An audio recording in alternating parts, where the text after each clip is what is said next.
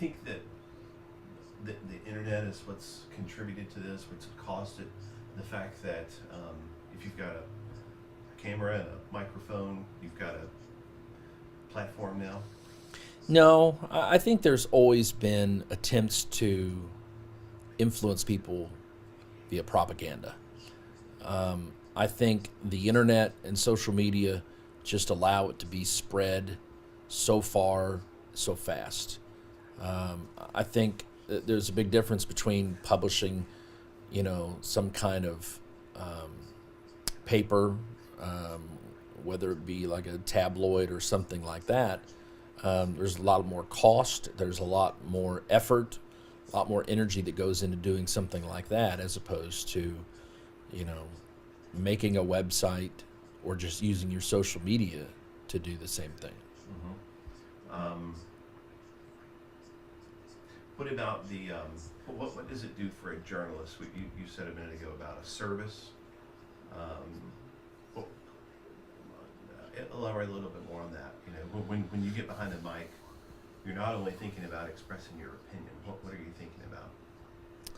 Well, it all depends on what area of broadcasting you're in. If you're supposed to be reporting straight up news, or if you're in a position where you give an opinion, then your context is different.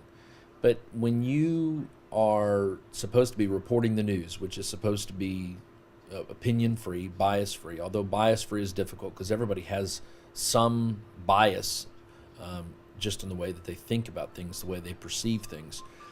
But when you're presenting news, you want to be honest, you want to be thorough, you want to be ethical. And so journalists are trained to consider all those things. Am I presenting both sides? Is my article or is my report free of opinions? Is everything sourced? Is everything based on fact? Do I have proof? I don't think that thought process goes into a lot of the blogs, some websites. I don't think there's training in how to report things in a fair manner. And so I think that's changed. What does it take to present yourself as some news source these days? Do you have to have a degree? Do you have to study journalism? Do you have to study ethics in journalism? I don't think so. And so most journalists, whether it's print or broadcast, are trained to think in ways to make sure that they're presenting things in an honest and truthful way. And I think when you have people who have not been trained to do so, then that test, that kind of checklist of what you need to make sure when you write a story or report a story is missing. Mm-hmm.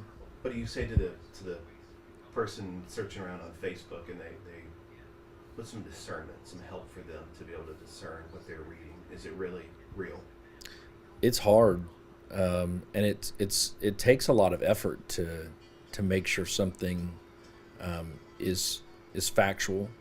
Over the years, and I guess it's only over the last 10 years or so, you'll see stuff posted, and a lot of it's clickbait. A lot of it's just geared to get you to click on a website, and it I guess goes into our curious nature. You could write a sensational headline in a newspaper, and it might grab somebody's attention, but you better have something of substance to follow it up. And so I guess you just have to really look at, is there a source listed? Is there, a lot of times, are there documents that support that news? Does it reference a court filing? Does it reference a police report? Does it reference case law? Can you find the actual nuts and bolts of a story on your own? And does an article or does a story link you to it, or does it send you to it? You know, a lot of stuff, if it's true and if it's factual, the supporting documents have been made public, and you know they're usually there for you to read, whether it's a police report or a court case or whatever. I mean, it's pretty boring to read through, but at least you know that there's an actual document there that backs up what is being said. But I mean, it's become increasingly difficult. I'd be lying if I said I haven't been fooled. You know, you click on something, and a lot of times it looks like it takes you to a local TV station. Well, if you look at some of the infrastructure of a website, you can see whether it's legit or whether it's or whether it's been made to look legit. A lot of times with stories, you know, you'll see a story about something that's happened to someone in this part of the country, and it'll link you to a website. I'll go to that website, and then I'll go to their homepage, and I'll actually search for the story and see what comes up. Because if it's true, then that story should be easily findable through a website's search feature on a website. That's one thing I've found to try to verify. And I guess going back to the old journalistic idea of having more than one source, if you can find something in 2 or 3 outlets, whether it be communities or statewide or even nationally, you know, if you have multiple sources of a story, it gives you a little bit of an indication that might be legit. And so let's come back now after talking through it all. Maybe a little bit more concise in your head now. Just kind of a working definition. When you look at fake news, what is fake news? What just happened? Got dark. Something changed. It's your light, I think. Did it go down? Yeah, your light's not as bright as it was. Okay. Yeah, it's okay. Okay. What is fake news? Mm-hmm. It went out. Oh. Okay.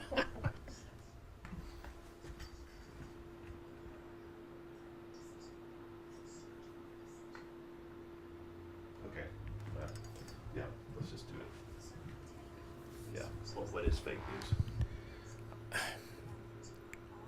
Any attempt to tell someone a story that isn't true. I think fake news is an effort to mislead, whether that be from an individual, whether it be from a news entity. I think anytime you're not presenting the facts as you know them is fake news. Real news is news by someone who understands the ethics of journalism, understands the importance of presenting people information that is fair, factual, and not full of opinion. And so real news is the opposite of fake news, where someone understands the responsibility of presenting news without bias. Fake news then would be an effort to present facts that are biased.